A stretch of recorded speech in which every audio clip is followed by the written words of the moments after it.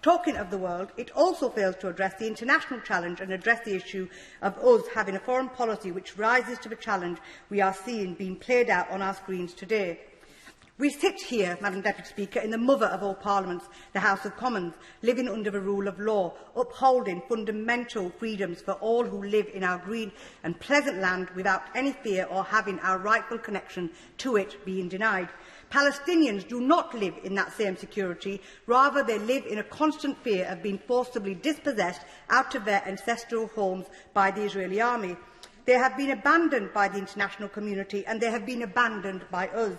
This weekend was the 73rd anniversary of what the Palestinians call the Nakba, the catastrophe, the day that marks the beginning of their dispossession in 1948. That dispossession continues by bombs, by mob lynching, by expulsions, all against innocent Palestinian civilians.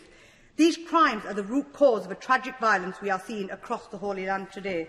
When this government urges calm to be restored in Palestine, they must remember Palestinians have been robbed of their calm for 73 years.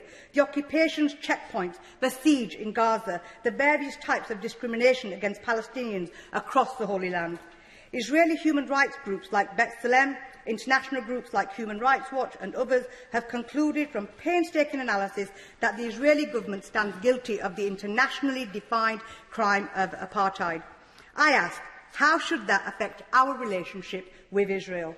This isn't a conflict with two equal opposing sides. Rather, one people dominates the other through illegal occupation, siege, dispossession and discrimination. And if we claim there are two equal sides, why is it that we recognise only one, whilst we are still yet to recognise Palestine?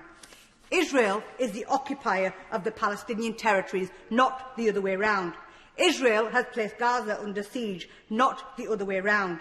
Israel is dispossessing Palestinians with illegal settlements, not the other way round. Israel applies policies of apartheid, not the other way round. The just and peaceful solution we all seek will not be possible until the UK and its allies recognise this imbalance and take effective action to address it. The violence will not end until impunity does. The government's support for a ceasefire in Gaza is welcome and of vital importance to preventing further needless loss of life.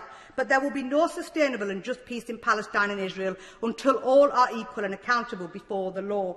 The government must therefore urgently support the following actions: an independent investigation by the International Criminal Court into the situation in Palestine, a special session of the Human Rights Council looking into potential war crimes and accountability based on human rights, review, in line with our own laws, all licences issued for arms and equipment used by the Israeli security forces that directly or indirectly may be used to commit acts of internal repression, external aggression including de facto annexation, or violations of international humanitarian law.